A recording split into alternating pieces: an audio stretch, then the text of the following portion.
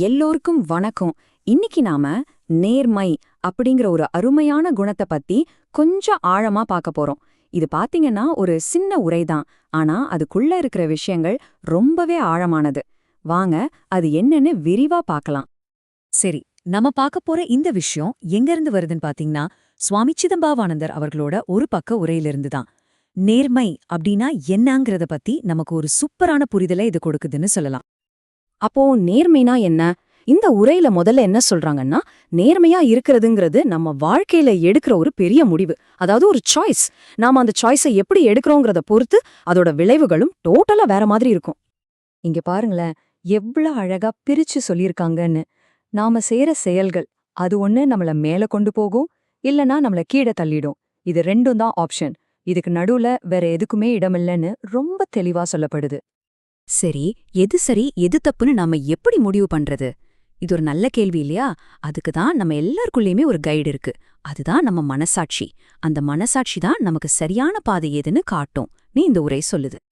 அதாவது நம்ம செய்யற நல்லது கெட்டது எதுவுமே யாரு கண்ணுலயும் படாம போகாது.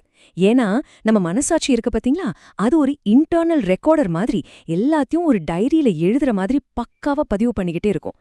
அதனால அதுகிட்ட இருந்து எதையுமே நம்ம மறைச்சிட முடியாது. அப்போ இதுல ரொம்ப முக்கியமான பாயிண்ட் என்னன்னா, ஒரு நேர்மையான மனுஷன் மனசாட்சி சொல்றத சும்மா கேட்கறதோட நிறுத்திக்க மாட்டான். அது சொல்ற ஒவ்வொரு விஷயத்தோட மதிப்பையும் அதனால வர்ற விளைவுகளையும் ரொம்ப ஆழமா புரிஞ்சு வச்சிருப்பான். அதுதான் வித்தியாசம்.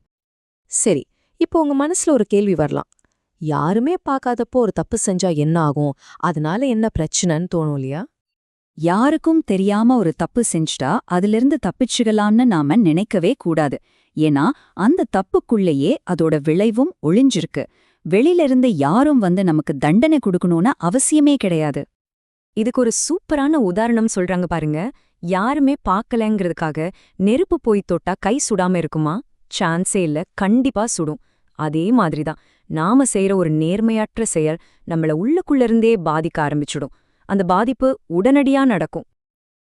இத நம்ம ஒரு 3 ஸ்டெப்பா பிரிச்சு பார்க்கலாம். 1, ஒரு தப்பான செயல் நடக்குது, அது யாருக்கும் தெரியாம கூட இருக்கலாம். 2, அந்த செயலே நம்ம மனசுக்குள்ள ஒரு காயத்தை, ஒரு பாதிப்பை ஏற்படுத்துது. 3, நெருப்பு சுடுற மாதிரி இந்த பாதிப்போட விளைவை நம்மால தவிர்க்கவே முடியாது. இது ஒரு யூனிவர்சல் லா, ஒரு இயற்கை விதி மாதிரி தான். அப்ப பாருங்க, செய்யற தப்புக்கு விளைவு நிச்சயம் தெரிஞ்சிட்டா நாம எப்படி வாழணுங்கிற ஒரு தெளிவு தானாவே வந்துரும் இல்லையா? நல்லபடியா வாழணும்னு நினைக்கிற ஒவ்வொருத்தருக்கும் நேர்மையா இருக்கிறது ஒரு கட்டாயமான விஷயமா மாறிடுது. இத வேணும்னா செய்யலாம், வேணும்னா விட்டுறலாம்னு சொல்ற மாதிரி ஒரு ஆப்ஷன் கிடையவே கிடையாது. அதனாலதான் நேர்மையான ஒரு நபருக்கு சரியா நடந்துக்கிறேங்கிறது அப்பப்போ செய்யற ஒரு விஷயம் இல்ல. அது அவங்களோட இயல்பான குணம். அவங்களோட டிஃபால்ட் செட்டிங்கே அதுதான். அவங்களால வேற மாதிரி இருக்கவே முடியாது. சரி, இப்படி நேர்மையா வாழ்றதுனால நமக்கு என்னதான் கிடைக்கும்? நாம கெட்ட விஷயங்கள்ல இருந்து தப்பிக்கிறது ஒரு பக்கம் இருந்தாலும், அதையும் தாண்டி ஒரு மிகச் சிறப்பான நிலைய அடைய முடியும். சொல்லப்போனா நேர்மைதான் சிறப்பிற்கான அடித்தளம். கடைசியா இந்த உரை திருவள்ளுவரோட ஒரு அற்புதமான குரலோட முடியுது. எனவே உயிரினும் மேலாக நேர்மை போற்றப்பட வேண்டும். அதாவது நம்ம உயிரை விட நேர்மைதான் முக்கியம்னு சொல்றாங்க. நாம எவ்ளோ நாள் வாழ்றோங்கிறத விட எவ்ளோ நேர்மையா, எவ்ளோ தரமா வாழ்றோங்கிறதா உண்மையிலே முக்கியம். அப்போ இந்த விளக்கத்தோட இறுதியில உங்ககிட்ட ஒரு கேள்வி. நம்ம உயிரை விட நேர்மைதான் மதிப்பு மிக்கதுன்னா, இன்னைக்கு நாம எடுக்க போற சின்ன சின்ன முடிவுகளை இந்த ஒரு எண்ணம் எப்படி மாத்த போகுது? ஒரு நிமிஷம் இத பத்தி யோசிச்சு பாருங்களேன். உங்களுக்கே பதில் கிடைக்கும்.